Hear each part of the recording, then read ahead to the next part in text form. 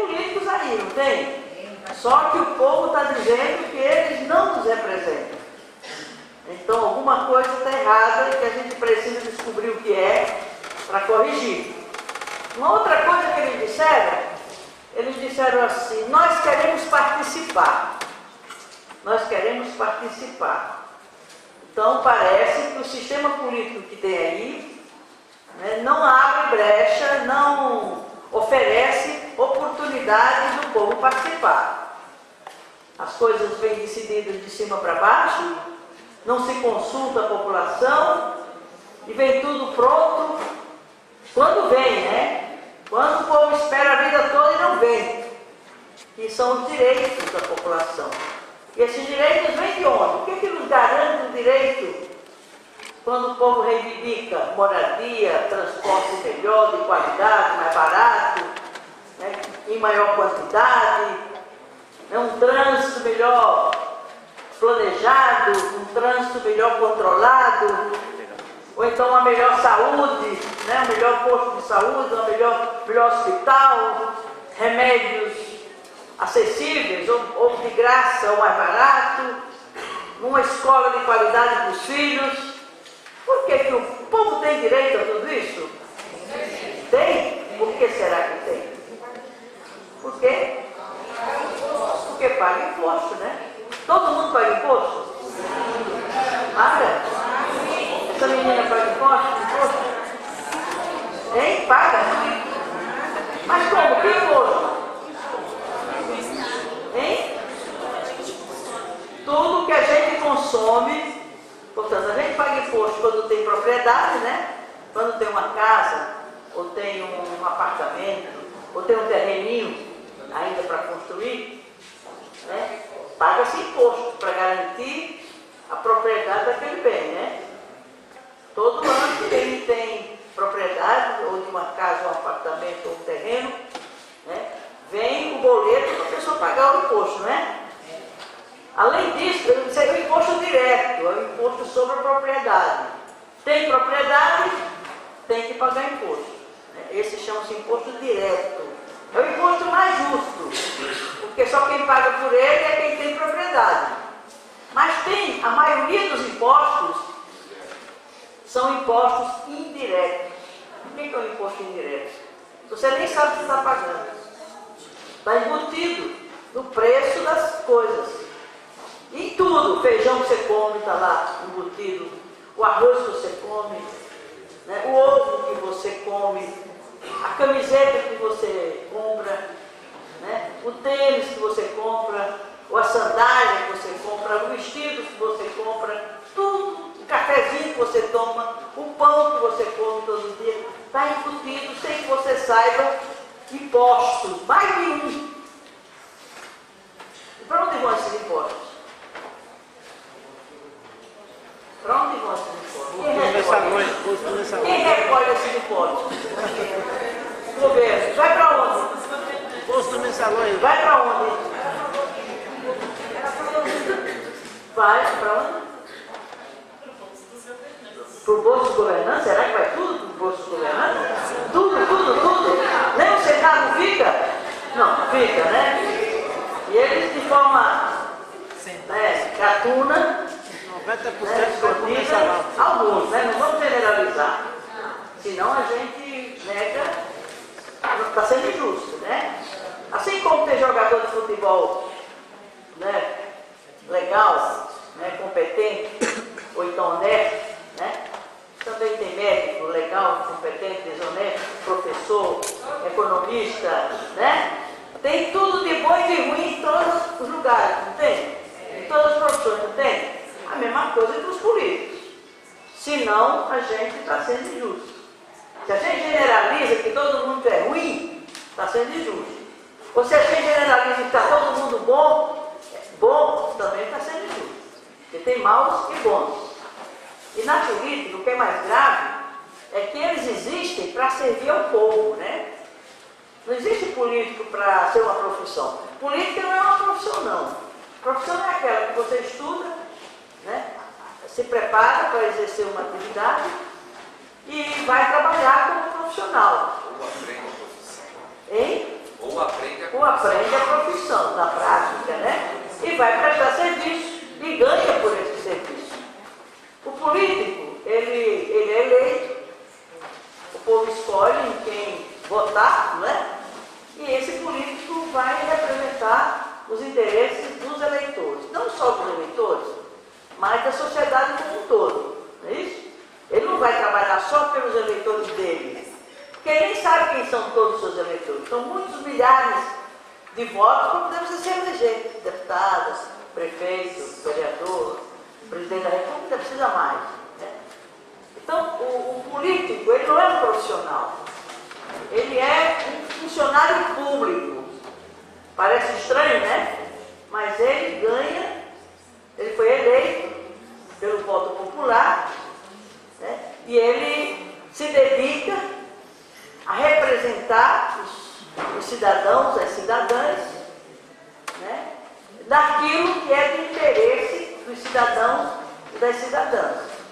E aí é que vem a defesa de políticas públicas, né? Políticas de saúde, políticas de educação, de transporte, de segurança pública, né? Enfim, a política salarial, a política previdenciária, tudo são política de preços, política do valor dos salários, política dos aluguéis, tudo isso são decisões de governo e são políticas públicas, né, que são votadas por leis que os parlamentares votam, né, e o governo, o executivo, executa. Você tem o poder legislativo vem de quê? De lei. Né? O poder legislativo legisla, faz leis, para o executivo cumprir. Não é isso? Para o legislativo cumprir. E o judiciário, para que serve? Para que existe o judiciário? Olha, existe o executivo, né? Quem é o executivo? Prefeito, governador, presidente da República. E os secretários desses governantes, né? E o outro poder, esse é o poder executivo. E o poder legislativo? São vereadores, deputados estaduais, deputados federais e senadores. Esse é o poder legislativo. O executivo executa, o legislativo legisla, ou seja, faz leis. E o judiciário, que é o terceiro poder? Hein? Fazer cumprir a lei, fiscalizar o cumprimento da lei, né? E obrigar que a lei seja cumprida. E se a lei não é cumprida, ele julga, ele condena, e quem descumpriu a lei paga pelo fato de não ter cumprido a lei. Isso é o bonito da coisa, mas não funciona assim tão bonitinho não, né? E aí é que vem a necessidade de reformar o nosso sistema político. Por exemplo, as eleições. Você já acha que a forma como se dão as eleições é assim mesmo que deveria ser ou poderia melhorar? O que poderia melhorar? Como? Isso é uma proposta. Tornar o voto facultativo, você não ser obrigada a votar. Né? Porque se você não é obrigado a votar, se você não vota, o que acontece? Paga uma multa. A multa é bem pequenininha, né? Ou basta você ir lá justificar. Vamos supor que você tem o título de uma cidade e você está viajando ou está doente, aí você passa no cartório e justifica que você não pôde comparecer, né, a uma sessão eleitoral para votar. Portanto, é suave, não é uma multa muito alta não. Né? Mas se você não justificar, e se você não pagar a multa, você fica impedido de ter acesso a vários direitos. Para ter contrato com o governo, poder fazer um concurso público, entrar no serviço público, né? ter um empréstimo no banco. Quer dizer, não é tão simples. Se você não vota, muitos direitos seus são cerceados, portanto é obrigado. Né? Por outro lado, se fosse livre, você não precisasse votar, ninguém sofria nada pelo fato de não ir votar. Mas eu acho que não é muito bom, não.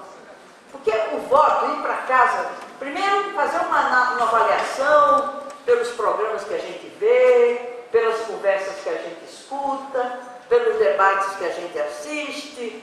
Tem um monte de candidatos e candidatas. E às vezes o eleitor se descuida. Não quer saber, deixa para a última hora para saber quem vai votar. Ou votar nulo, votar branco. Eu acho que é uma covardia votar nulo e votar branco. Mas de qualquer forma é uma posição. Não nega o direito da pessoa também decidir não votar. Não quero votar em ninguém, voto em branco. Não quero votar, eu voto nulo. É uma maneira de protestar.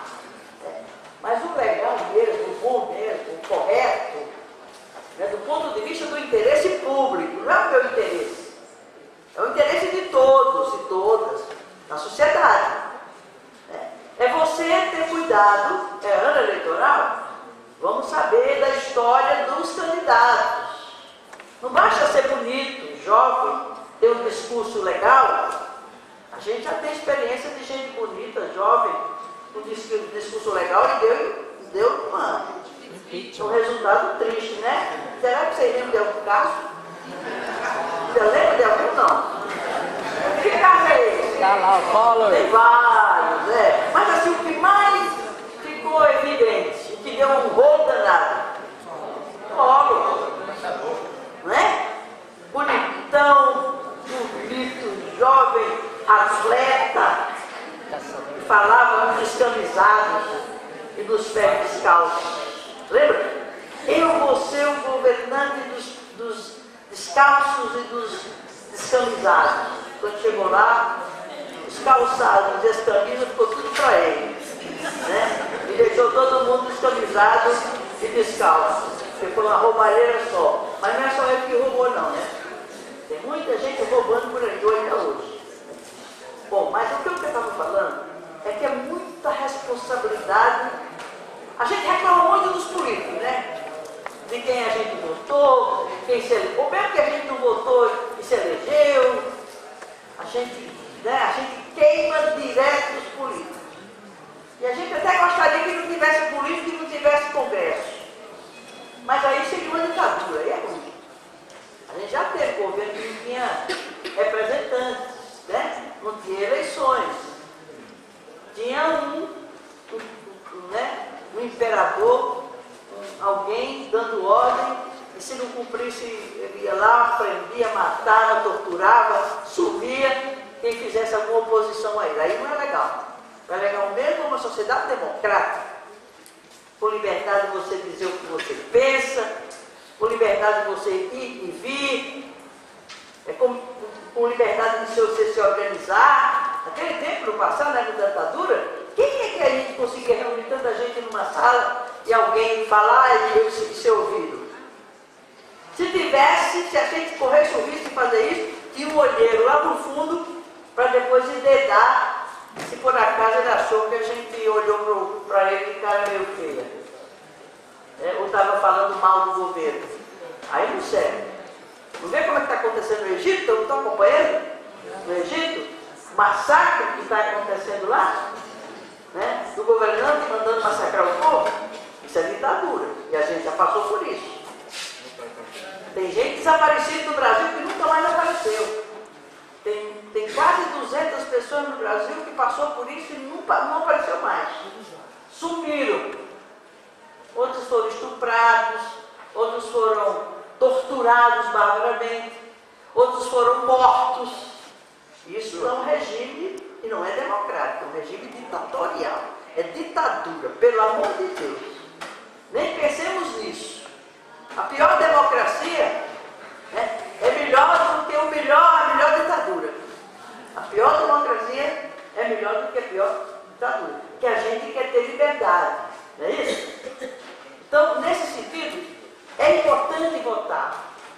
A gente não deveria votar só porque é obrigado, não. A democracia, o voto é um direito de cidadania. Nós estamos na escola de cidadania, não é? Essa não é a abertura de uma aula, de uma escola de cidadania? vocês vão discutir, refletir, né, ouvir falas sobre cidadania. Cidadania é uma palavra, cidadania vem de cidade, não vem? Cidade nos leva à palavra cidadão, cidadã, cidadania. Né? A cidadania é exatamente o cidadão ter direito à cidade, ter direito aos bens que a cidade gera, né? Ter direito, inclusive, à liberdade, à participação, ter o direito de ser gente, ter o direito de pensar, ter o direito de se expressar, ter o direito de escolher, né? Ter o direito de se organizar, ter o direito de ter uma religião e de praticar essa religião, ter direito, ser livre. A liberdade é a expressão mais concreta da cidadania, ter liberdade. Mas ter uma liberdade respeitando a liberdade dos outros, certo? A tua liberdade termina quando começa a liberdade do outro. Porque se você interfere na liberdade do outro, você aí já você não está abusando da tua liberdade. Tá certo? Então, nesse sentido, eu acho que eu prefiro. Claro que era melhor não ser obrigado a votar, mas todo mundo se sentir motivado, desejoso, querendo, né, escolher alguém para representá-lo, para representá-la. E a própria pessoa também tem o direito de ser candidato ou candidato. É o direito de votar e ser votado. Ser cidadão também é isso. Ser cidadão ou cidadã é ter direito de escolher e ter direito de ser escolhido. Certo? Isso é o que é política. Né? Isso é política. Então eu preferia, não que eu fosse obrigado, que a lei me obriga. Eu vou chateado, cara feia, ou então dou um jeito de viajar para não votar, aí dou um jeito depois de justificar. Dá mais trabalho você não votar, ter que fazer toda essa confusão para poder justificar, do que você vai lá e vota. Mas para votar como sendo uma obrigação, aliás, um direito. Em vez de ver o voto como uma obrigação, ver o voto como um direito de cidadania. Se eu sou cidadão ou cidadã, eu tenho vários direitos, muitos direitos. Entre outros, o direito de escolher os meus representantes, ou as minhas representantes. Ok? Então veja bem, esse sistema é um sistema que tem eleições, né? Tem eleições, tem representantes da gente no município, no estado e no governo federal, portanto na União. Nós temos os 3 poderes, executivo, legislativo, judiciário, né? E esse sistema, ele é um sistema que às vezes se esgota, e tem defeitos, tem vícios, tem deficiências. Nós estamos vivendo no Brasil, né, um momento em que o sistema político, e o sistema político é tudo isso, é governo, é congresso, é poder legislativo, são eleições, são políticas públicas, né, são as leis, tudo isso é política, e é o sistema político, o Estado brasileiro, que é a instância maior, e que o Estado se expressa no Executivo, aliás, no município, no Estado e na União, que é a federação, conjunto de municípios, um conjunto de estados, que é representado pelo Estado brasileiro, pela Federação Brasileira. Tem os 3 poderes, Executivo, Legislativo e Judiciário, e para você chegar lá, você chega através de concursos, né? Concursos públicos, no caso dos juízes, estudam, fazem concurso e tornam juízes, né? Os advogados fazem cursos, né? São aprovados, se formam e vão defender os cidadãos nos termos da lei.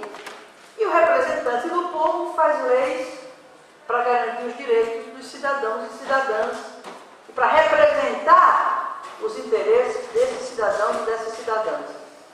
O Brasil, no momento, vive uma situação em que o nosso sistema político está esvaziado, está cheio de defeitos.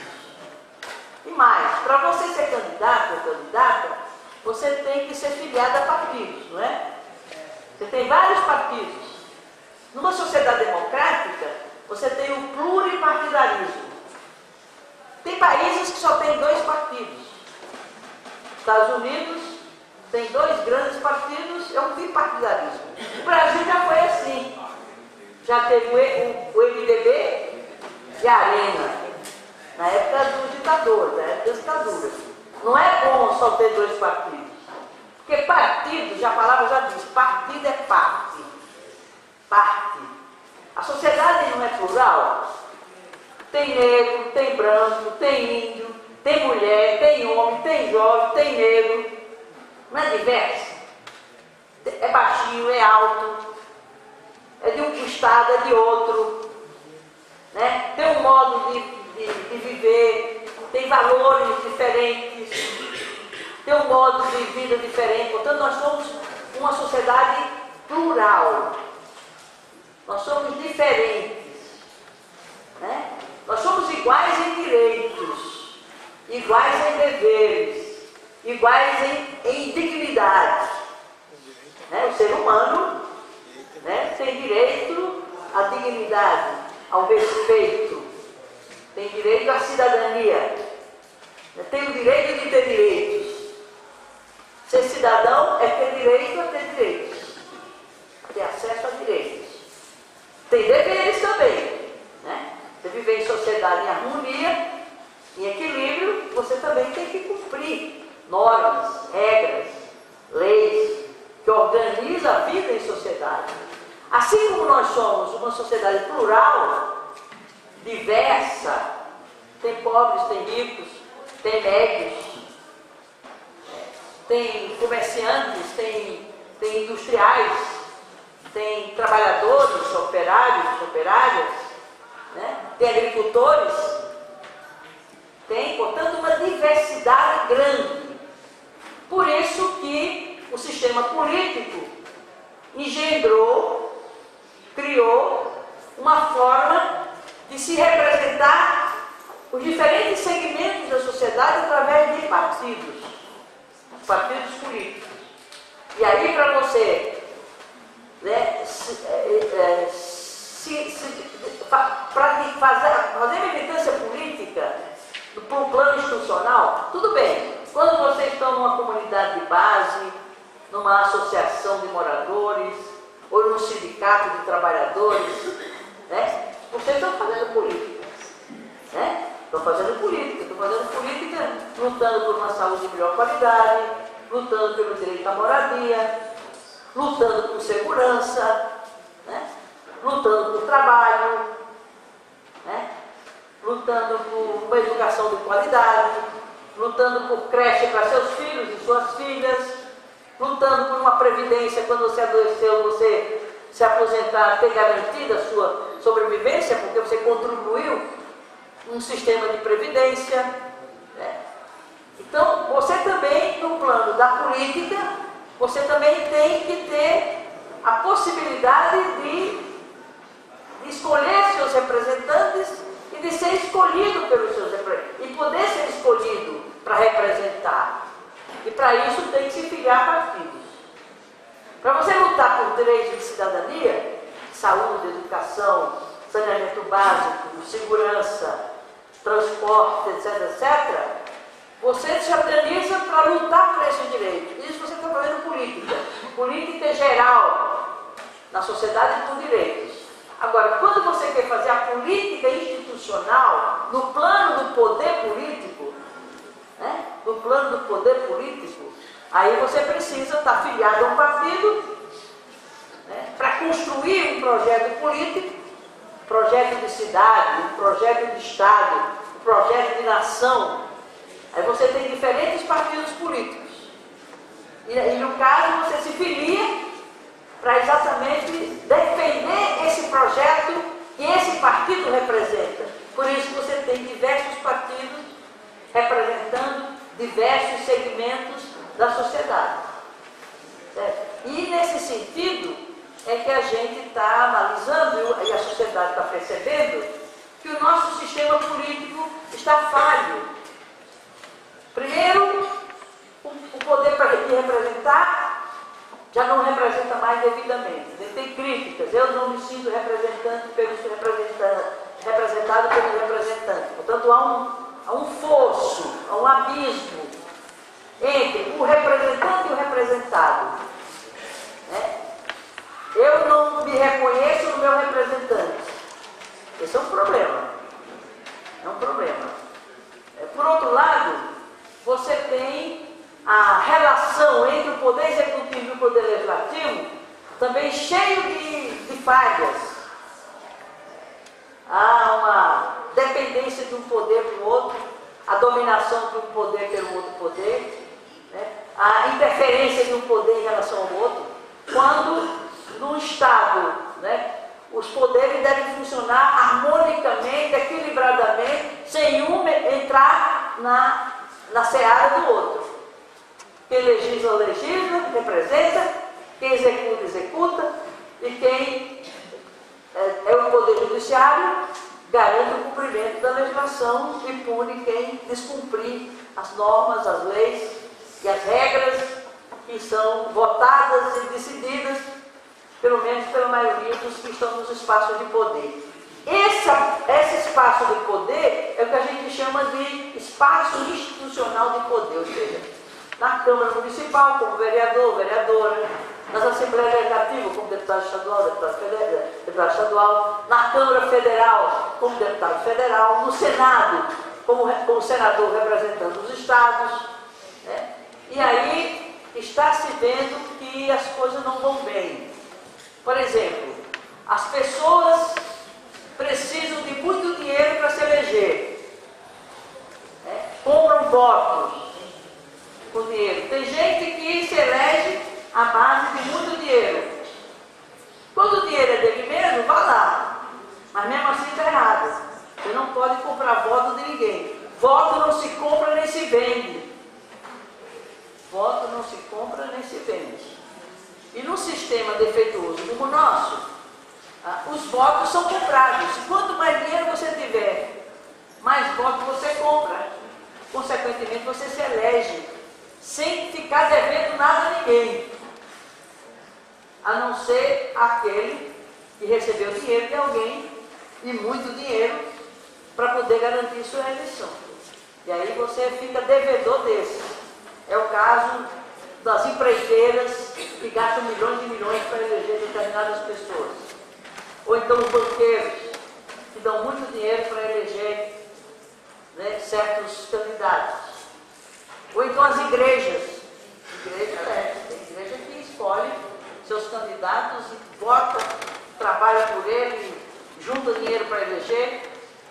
Quem se elege nessa base termina ficando de rabo preso com quem patrocinou sua candidatura. Portanto, esse representante não é livre para representar com independência e com liberdade os interesses do povo. Tá certo? Por quê? Porque o que um deputado ganha, ele tem um bom salário, acima da média dos salários da sociedade, não dos executivos, daqueles que ganham muito dinheiro na iniciativa privada, né? Porém, aquilo que ele ganha, mesmo que ele passe os 4 anos juntando esse dinheiro, não dá 10% daquilo que ele recebeu desses financiadores de campanha. E aí é corrupção. É corrupção eleitoral. Você não declara, inclusive, porque o candidato é obrigado a declarar na Justiça Eleitoral de onde veio o dinheiro que ele gastou na campanha. Primeiro ele declara quanto ele gastou e a origem desse dinheiro. E aí tem um viés de vício. Por isso que está se estudando um modo de estabelecer, né, o financiamento de campanha. Em vez de cada um sair por aí, tentando arranjar dinheiro, tentando ajudar apoiadores, tentando ter o máximo de dinheiro possível para comprar votos, é garantir que o Estado, né, tenha um fundo, e esse fundo ser para garantir que todos os candidatos tenham garantido o necessário, né? E tem um teto, todo mundo teria aquele teto de recursos para poder bancar sua campanha, que é o que está chamando de financiamento público de campanha.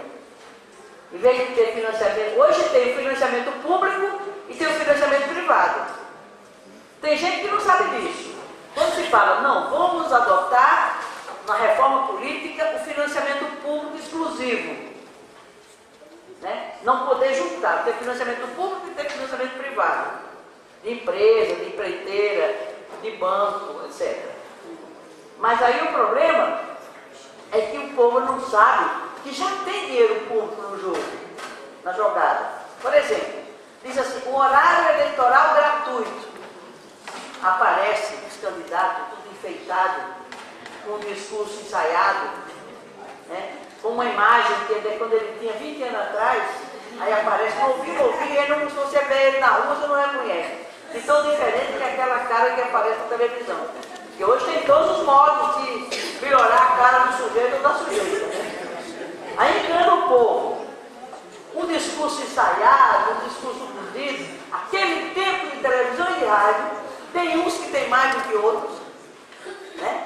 Porque dependendo do tamanho do partido, tem um partido grande e tem muitos deputados, tem um tempo grande de televisão e rádio. Então seus candidatos têm mais tempo. Se é um partido pequenininho, né? Então, e tem poucos deputados daquele partido, ele tem menos tempo de televisão e de rádio. Mas de qualquer forma, esse tempo não é gratuito. Não sai do bolso do candidato, nem sai do fundo do partido, do bolso do partido. Sai dos impostos. Porque o dono da televisão e do rádio teria que pagar imposto por esse tempo de televisão e rádio que é cedido para os candidatos. Só que em vez de entrar o imposto no cofre público, o poder público deixa de arrecadar esse dinheiro, dispensa, né? Renúncia fiscal, não cobra esse tributo, esse imposto. Por quê? Porque o tempo é cedido aos partidos e aos candidatos para fazer suas campanhas eleitorais. Portanto, isso é dinheiro público. Outra forma, cada partido recebe uma quantidade de dinheiro todo ano, né, do chamado fundo partidário, que é para poder fazer a propaganda do partido, né, bancar a sede do partido, fazer as campanhas do partido. Isso também é público. O fundo partidário e o programa eleitoral em rádio e televisão não são gratuitos, eles são pagos pelo dinheiro público à medida em que os impostos que deveriam ser recolhidos pelos donos da televisão e do rádio é dispensado de pagar o tributo, porque está trocando o tributo pela gratuidade, entre aspas, daquele tempo de televisão e rádio. Está claro isso? Então, na reforma que está sendo discutida, é acabar com o financiamento privado, não poder receber de ninguém, ou pelo menos de empresa e de personalidade jurídica, né? De entidades privadas, não poder receber dinheiro para financiar campanhas e o financiamento vir do orçamento público. Isso sai mais barato para o eleitor do que da forma como se dá hoje, podendo juntar o financiamento privado com o financiamento público. Uma outra discussão que está se fazendo é quanto a coligações. Por exemplo, tem candidato que se elege com muito poucos votos. Vamos supor um partido, tem vários candidatos. Tem um candidato que chama de puxador de votos. Ele é popular, ou ele tem muito dinheiro, ou ele é mais esperto, ele consegue puxar votos. E aí ele se elege mais uns 2 ou 3 com ele. É o caso do Tiririca. Já ouvi falar do Tiririca? É um deputado federal, ele é palhaço, mas se elegeu. O partido, o PL, que agora é PR, não sei do quê, né, chamou para ele ser candidato, porque ele é um puxador de votos. porque o povo, por falta de informação, gostava dele como palhaço, aí vota nele porque gostava dele como palhaço. Mas um palhaço não é bom palhaço, não é necessariamente um bom deputado, às vezes até o contrário disso, né? É exigente ser deputado, é exigente, você tem que estudar, você tem que se preparar, você tem que se dedicar-se, você tem que prestar contas, você tem que ser uma pessoa que se prepara, que estuda sempre, tem que analisar os projetos, apresentar projetos, né, decidir sobre questões importantes do país. Então, o palhaço é digna atividade. A sociedade precisa de palhaço também, não precisa? Não precisa de todas as profissões. Agora, não dá para misturar as coisas. Então, isso é que o partido escolhe alguém para filiar a esse partido, para ele ser candidato por esse partido, e mais, junta com outro partido menor, e às vezes alguém se elege com muito menos voto, né, nas costas de um outro que recebeu muitos votos. É o que chama de coligação. Partidos grandes, partidos pequenos se juntam com os grandes e apresentam um certo número de candidatos, tanto o partido grande como o partido pequeno, e aí a pessoa vota no candidato dessa lista de candidatos, desse partido, e o candidato que ele votou não se elege, e outro que ele nem sabe quem é se elegeu. Que é o que chama de coligação partidária. Já ouviu falar isso? São partidos coligados, partidos que se juntam para poder conseguir atrair mais votos para eleger o maior número de parlamentares. Está se pensando em acabar com isso, para exatamente evitar que o eleitor elege um, quer dizer, aliás, vota num e elege outro que nem conhece. Então está proposto, na proposta de reforma, você acabar com as coligações partidárias. Uma outra proposta é que, em vez da gente votar um a um, nominalmente, eu não voto em partido, eu voto em pessoas. Essa pessoa acha que isso é bacana, ser independente, eu não quero saber de partido, mas não existe política sem partido. Não existe democracia sem política. E não existe sociedade sem governo, né? Sem representantes, sem leis. Toda sociedade, a gente gosta ou não gosta, toda sociedade democrática, onde as pessoas são livres de pensar, de se organizar, de falar o que pensa, de se organizar, isso é democracia. E toda democracia precisa de política e de políticos. Não existe isso, fora disso não é democracia.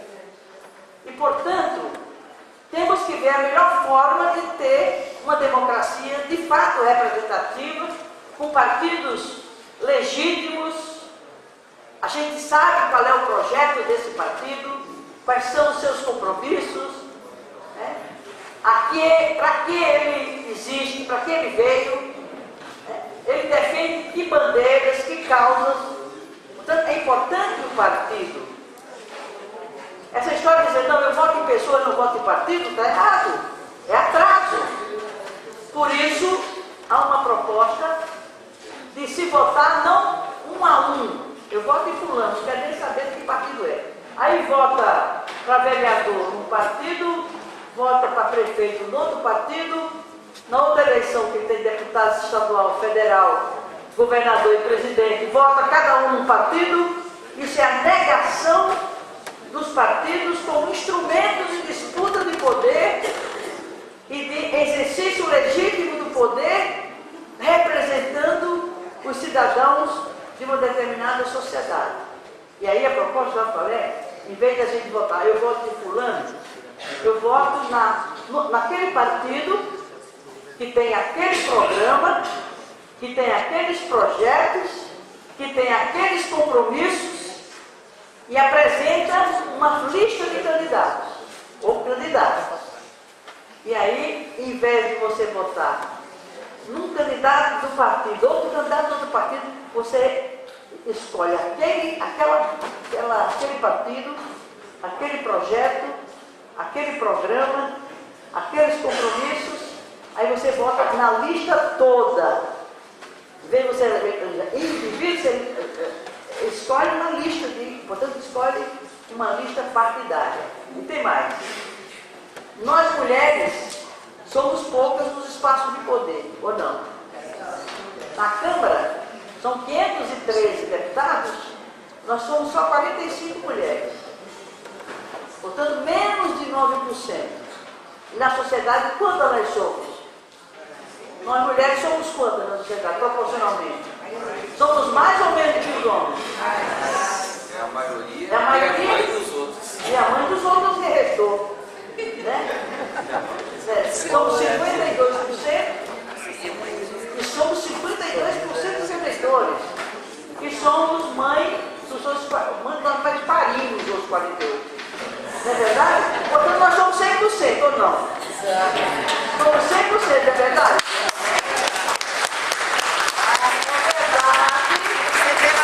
Tem uma ajuda aí aqui dos homens também, né? Não tem uma ajudazinha para reparir? Tem uma ajudazinha, não é verdade? Portanto, isso é um desequilíbrio.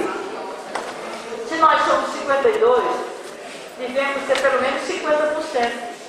Então a ideia é que essa lista, se viesse aprovada essa reforma política, essa lista tem uma alternância de gênero masculino e gênero feminino.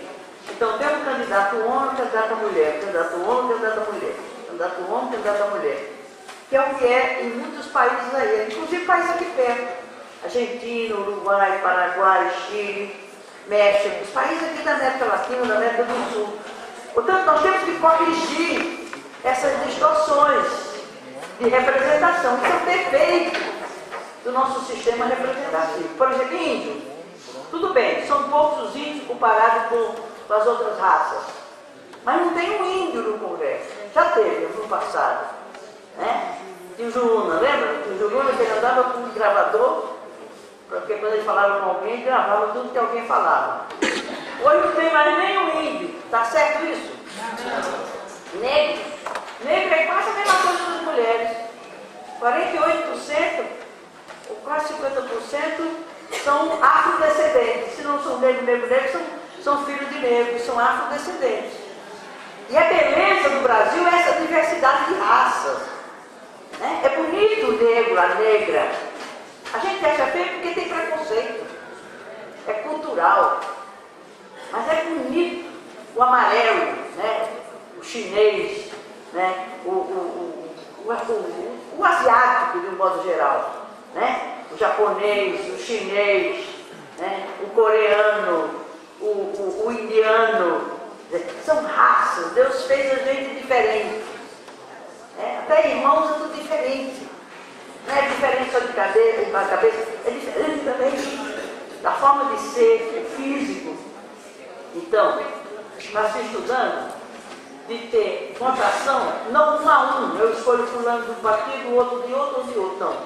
Os teus candidatos devem ser todos escolhidos, né, dentro de um mesmo partido, uma chapa de candidatos, e os mais votados ocuparão as vagas destinadas a esse partido, dependendo da quantidade de votos que esse partido obtiver. Enfim, são coisas dessa natureza que estão sendo pensadas, né, para a gente melhorar o nosso sistema político, para acabar com a corrupção eleitoral, para fortalecer os partidos, né, para fortalecer os partidos, né, para garantir equilíbrio na representação, né, dos que disputam o poder do país e para garantir transparência, né, controle público, né, sobre aqueles ou aquelas que são eleitos ou eleitas para nos representar, para nos governar, e é isso que a gente está discutindo lá no Congresso e discutindo na sociedade. A sociedade também está apresentando até projetos de iniciativa popular. Tem 3 projetos de iniciativa popular que está circulando por aí pela sociedade, no país todo, para tentar apresentar um projeto de lei de iniciativa popular. Lembra da ficha limpa? Foi um projeto de iniciativa popular. Né? Foi um projeto de iniciativa popular. Então, esse projeto de iniciativa popular, se obtiver 1.300.000 assinaturas, pode ser apresentado ao Congresso, e o Congresso é obrigado a votar, também com proposta de reforma política. Por exemplo, na democracia, a democracia tem duas dimensões, ou é como se fosse uma moeda que tem duas faces, né? A moeda tem duas faces, né?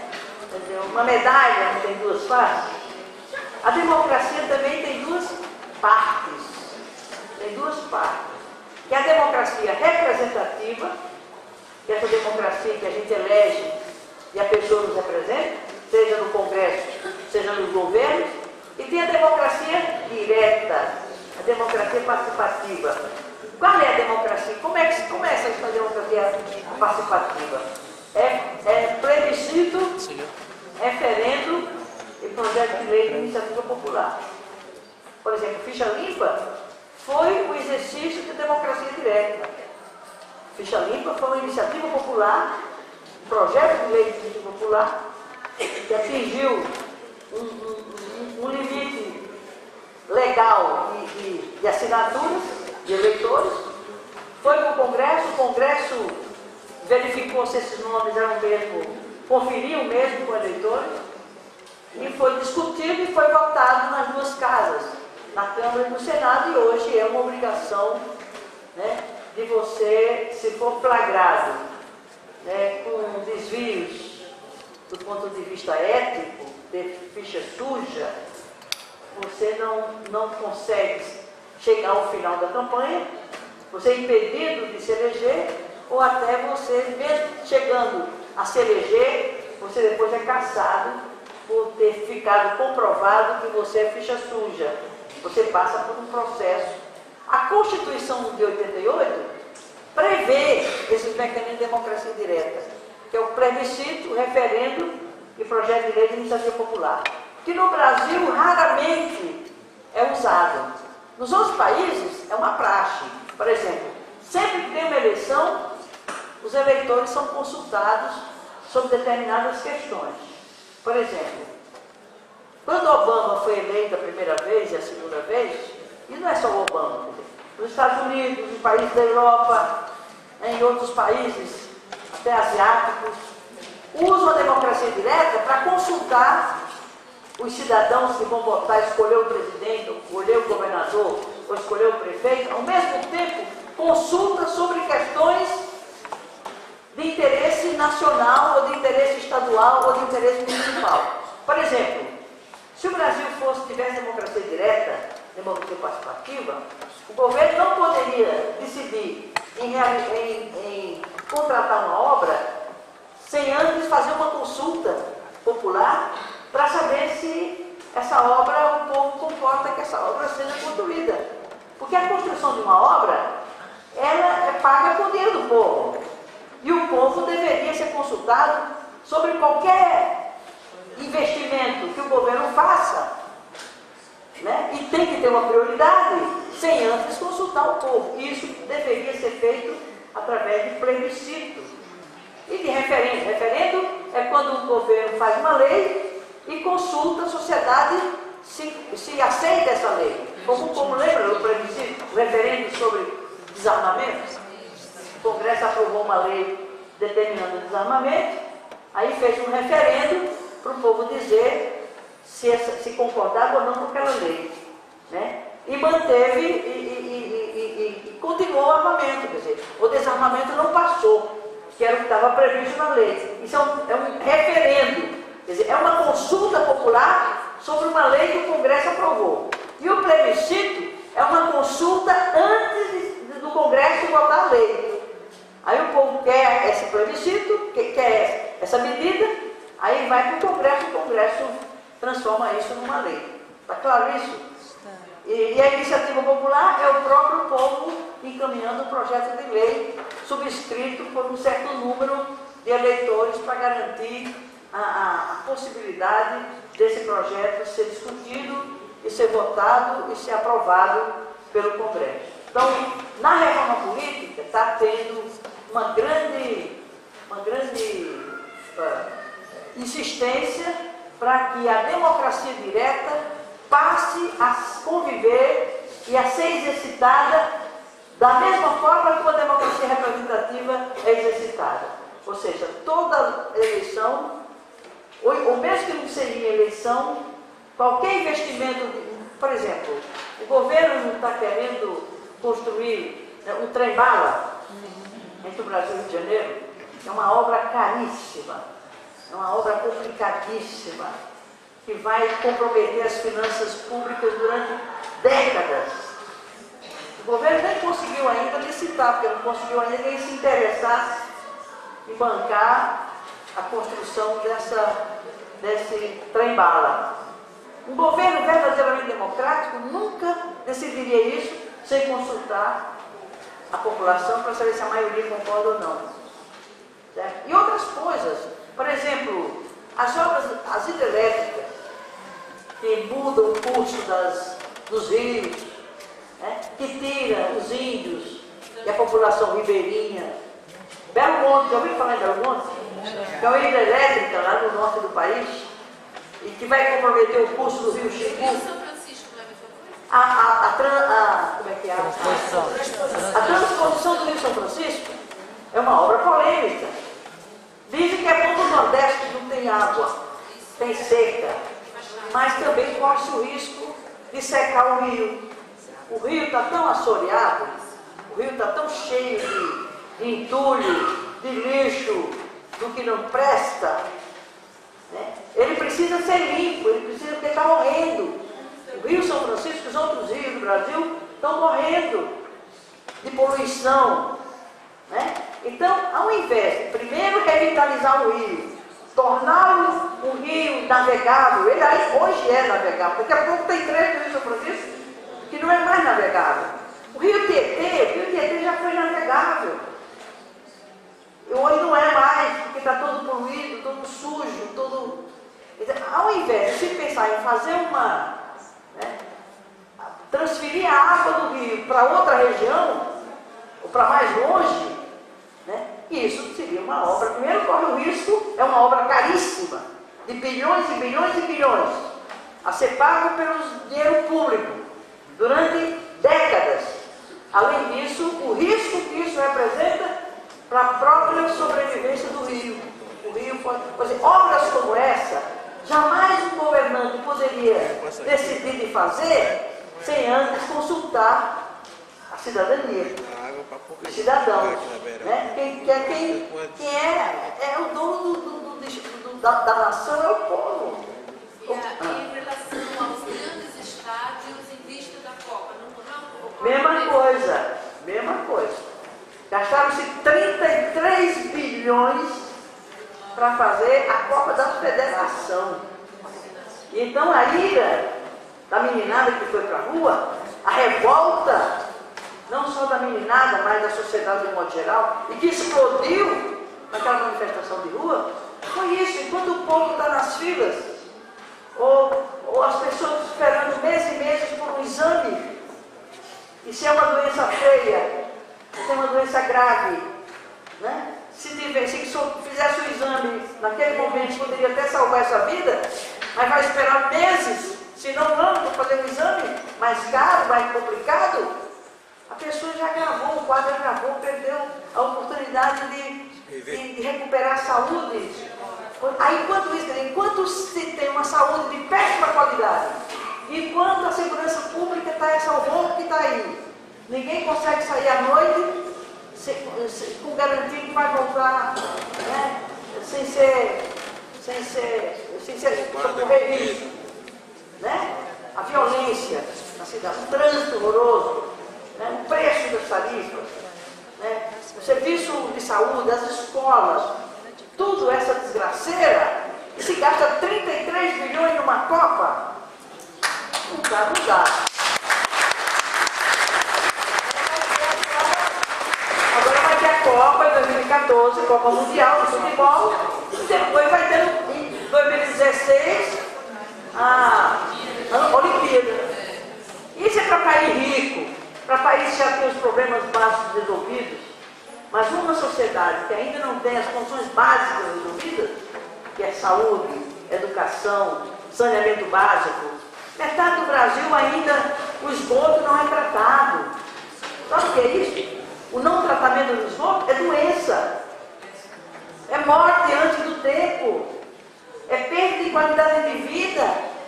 Então, uma sociedade civilizada, uma sociedade democrática, uma sociedade humana, tem critério na definição dos investimentos dos recursos públicos. Esse dinheiro não é do governo, é da sociedade, é do povo que paga imposto. Portanto, pelo menos que se consulte esse povo na hora de aplicar esse dinheiro. Então, companheiros, para não encobrir a conversa e a gente ficar com algum tempo para discutir, né, é disso que se trata quando a gente pensa em fazer uma reforma política. E meu recado para vocês, sobretudo para os mais jovens, é que não caiam, né, na balela de negar a política. Achar que a política é coisa ruim, que a política é para desonesto, a política é para corrupto. Claro que os corruptos, desonestos adoram a política e vivem para a política. Então os bons, os honestos, os sérios, homens e mulheres, precisam se interessar pela política. Tem um autor alemão, né, um escritor alemão, Brecht, poeta, fazia peças de teatro, uma mente privilegiada. Ele dizia que a pessoa que não gosta de política, não entende de política e tem raiva de quem fala de política e que gosta de política, diz que é um analfabeto político. Pior do que analfabeto não saber ler e escrever é ser analfabeto político. Temos que gostar da política, temos que nos interessar por política. A política é a nossa vida.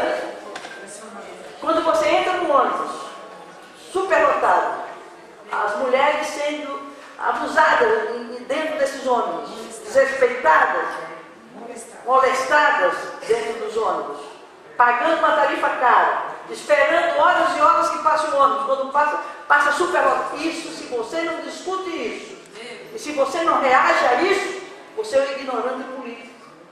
Você é um analfabeto político. E as coisas só mudam através da política. E a política é ação de sujeitos coletivos.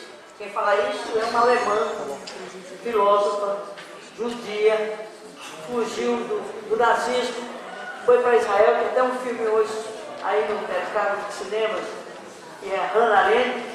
Ela dizia, a política são ações de sujeitos coletivos, não ação individual. Eu não vou muito longe como militante política, como liderança política sozinha. Se eu não tiver outros e outras comigo, partido, ou as comunidades, as pessoas que confiam no nosso trabalho e vêm nos ajudar a fazer essa luta, você não consegue ir muito longe. Portanto, é uma ação de sujeitos coletivos. Portanto, se interessar por política, discutir política e se envolver na política é próprio da juventude. Fico muito feliz de que os garotos tomem as ruas. Não pode ser tão desorganizado como é. Não pode ser tão caótica como é. Mas isso é o primeiro passo. Eles ficavam lá nas redes sociais, mandando recado, fazendo abaixo-assinado pela internet. Eles achavam, agora não é só o virtual, não, vamos para o real. Vamos a cores, a vivo e a cores. Vamos para a rua, protestar. Foi isso que os jovens, trabalhadores, estudantes, homens e mulheres, que saíram às ruas para defender a democracia e por isso foram torturados, assassinados, abusados sexualmente, estuprados, mulheres, homens também, passar por choque elétrico, por pau de arara, prisões, exílios.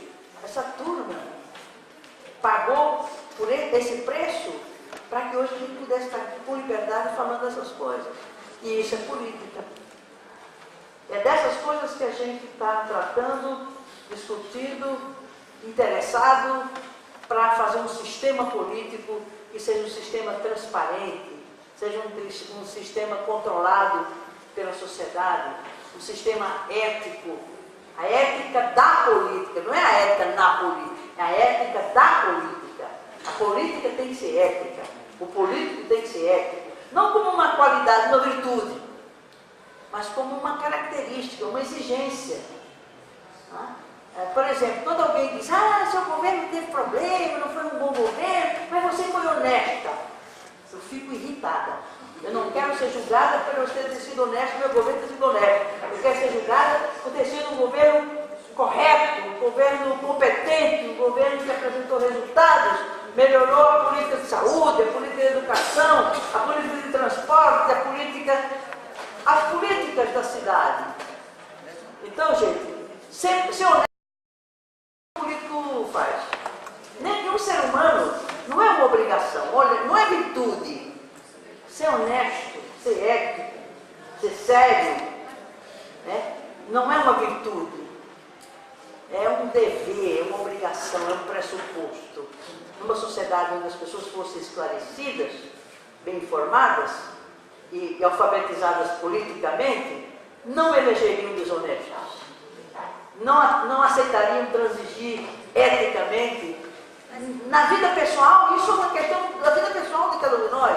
Ainda mais se alguém se propõe a representar os outros, para governar os outros e para fazer uma ação coletiva como sujeito político, né? Como sujeitos coletivos que fazem uma ação política para mudar a realidade, para mudar o mundo. A única modo da gente mudar aquilo que está ruim, que a gente quer ver mudar, é através da ação política. Política com pé grande. E não vamos entrar nesse jogo de negar a política, achar que todo político e a política é ruim. Não é. A política é uma necessidade, é uma exigência, né? É uma condição para uma sociedade ser bem organizada, ser bem governada, as pessoas serem felizes, terem garantido os seus direitos e terem os jovens a oportunidade de exercitar a sua liderança. Né? Nós políticos já somos muita idade. Nós temos que renovar os quadros políticos. E a juventude tem que se interessar pela política e vir nos ajudar a nos suceder depois de nós. Ou logo junto conosco, porque o tempo está correndo. E nós precisamos de novas lideranças, né?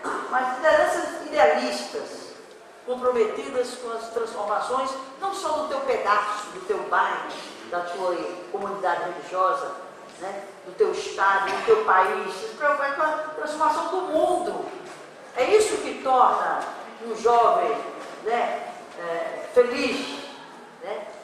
É ter o ideal de ser um agente de transformação do mundo, partindo do entendimento do teu pedacinho.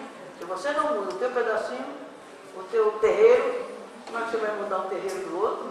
Né? O terreiro de um grande grupo, a tua cidade, o teu país, o teu mundo. Né? E aí você tem que ser um sonhador ou uma sonhadora. Tem que ter utopia. Não ficar pensando pequeno. Se você pensa pequeno, não é sonho. Sonho pequeno não é sonho. Sonho só é sonho para valer se ele é grande. Que você não vai conseguir realizar no teu tempo de vida. E ele é tão grande, tão mobilizador, que você chega ao final da tua vida ainda sonhando. E você parte para o outro lado ainda sonhando. E deixa muita gente depois de você, continuando sonhando com você. Ou sonhando junto, quem sabe lá como é que se dão as coisas aí pelo outro plano. Então é isso, velho. A juventude que não sonha, que não tem utopia, que não pensa em coisas grandes, já é velho. Independente de ter pouca idade. Enquanto que o idoso, mesmo com muita idade, mas se ele continua, sabe, sonhando, querendo mudança, querendo contribuir para mudar, empurrando para que as coisas aconteçam, ele é jovem. Então, é esse apelo que eu gostaria de deixar aqui como recado nessa aula inaugural do curso de cidadania, para dizer a vocês que peguem o facho da política, da boa política, e ajude quem quiser vir junto para fazer essa ação com os sujeitos coletivos na perspectiva do bem comum, pensando em todos, e todos do mundo. né, do planeta e tal. Aí sim vale a pena a vida, independente do número de anos que essa vida tiver. Então, é isso. E cadê a coordenadora aqui da aula?